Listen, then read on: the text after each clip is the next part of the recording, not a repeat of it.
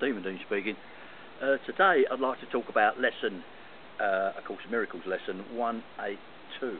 I will be still an instant and go home. You know, this lesson has always meant a lot to me in particular because I felt like I can really identify with it. Its opening line, this world you seem to live in is not home to you. And somewhere in your mind you know that this is true. That struck home with me straight away because I've always felt that, you know, not overly so that, oh, I belong somewhere else, but I always felt like I'm somehow distancing, that there was a distance between me and what this world is somehow. So I never spoke about it to anybody because I thought that was just, because if it's not how you feel, then you think that's normality, you know. And as you get older, you meet other people, you begin to realise that, no, they don't all feel like you. That's where you start searching. Well, I did anyway. That was the beginnings of my search when I began to realise that no, not everybody felt like me. Not everybody questioned. You know, not everybody was looking, wondering. Anyway, back to lesson 182. It goes on to say 1,000 homes he makes, talking about the student, yet none contents his restless mind. He does not understand, he builds in vain. The home he seeks cannot be made by him. There is no substitute for heaven. All he ever made was hell. Because, yeah, whatever you gain in the material world, be it a house or lots and lots of money or the latest car, I mean, they can make you happy to a degree, but they're not going to bring you salvation, are they? You know, they're not going to bring you the great love that all of us secretly, well, not secretly, but unconsciously desire so much, you know. It goes on to suggest perhaps you think it is your childhood home that you would find again, like, you know, the happiness of childhood, or for most of us anyway, you know, the happiness of childhood, you know, that you're trying to re-seek that childhood by trying to rebuild a similar childhood home in your adulthood. But as it says here, the childhood of your body and its place of shelter are a memory now so distorted that you merely hold a picture of a past that never happened. Yet there is a child in you who seeks his father's house and knows that he is alien here. Now this child is that person that we were when we were born into this world, before we started to learn all the, learn all about this world we've just been born into, like all the experiences and events to come that will shape our lives, that I've spoken about in many videos. But the thing is, like, when we're born, we're totally pure, you know, and then we gradually get spoiled, you know, and as it all goes on, like, really, all these memories are just snapshots of old dreams.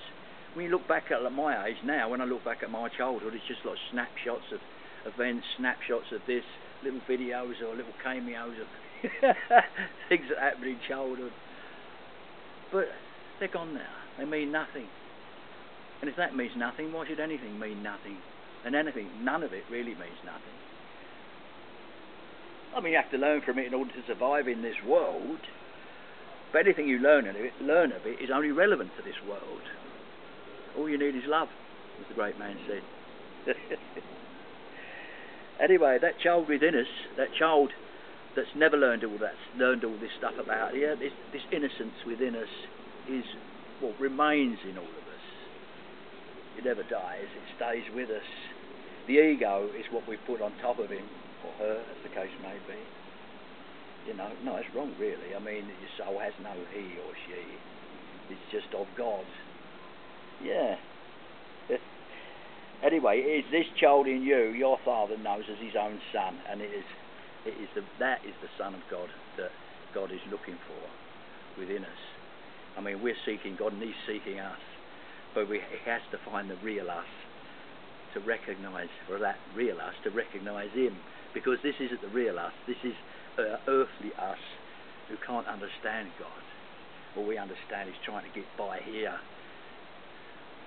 but underneath it all we are God, and God's trying to contact us by making us realise that's what we are. And he's there all the time waiting for us to just realise it in one holy instant. If we just get it, oh, I get it. You're home. That's all it takes.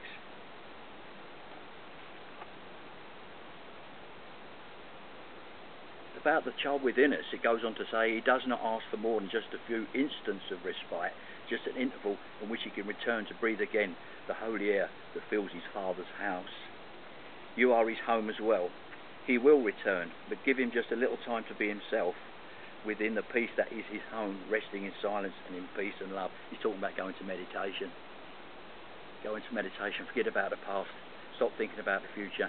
Just get right there in the now, in the present, where the source is, and let the child connect, because when he connects, so do you.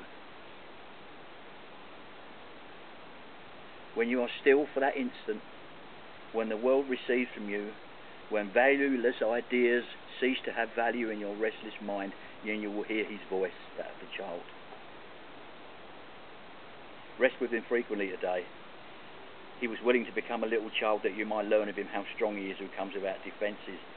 Now, coming without defences, as it often talks about in the book, it seems to us like, coming without defences mean if we drop all our defences, the world is going to close in on us and attack us.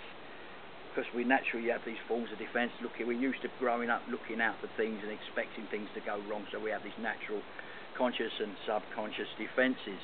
What he's saying about get rid of all these defences is because you have to realise that this is a dream or an illusion or just an idea, or a phrase I'm getting to like a lot better now, a distortion of the truth. You see, this is just a distortion of the truth. And we have to undistort it and see really it's just perfect love and we're not separate from anything at all. And all these worries and cares were all for nothing. We can carry on as we always should have been carrying on, living in bliss. Yeah. Goes on to say, take time today to lay aside your shield which profits nothing and lay down the spear and sword you raised against an enemy without existence. You see, with no defence, you have to realise that everybody is your brother, and therefore if you're made out of love, so is he, and you don't need to defend yourself.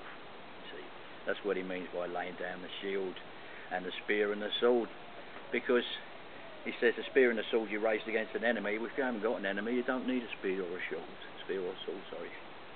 Christ has called you friend and brother. Be still an instant and go home with him and be at peace a while. Just meditate with the little child inside of you. Go where he goes, back to where he was before this life of ours began, within this experience, because that's where the source is, and that's where we're all going eventually, back home. Thanks very much. I'll see you.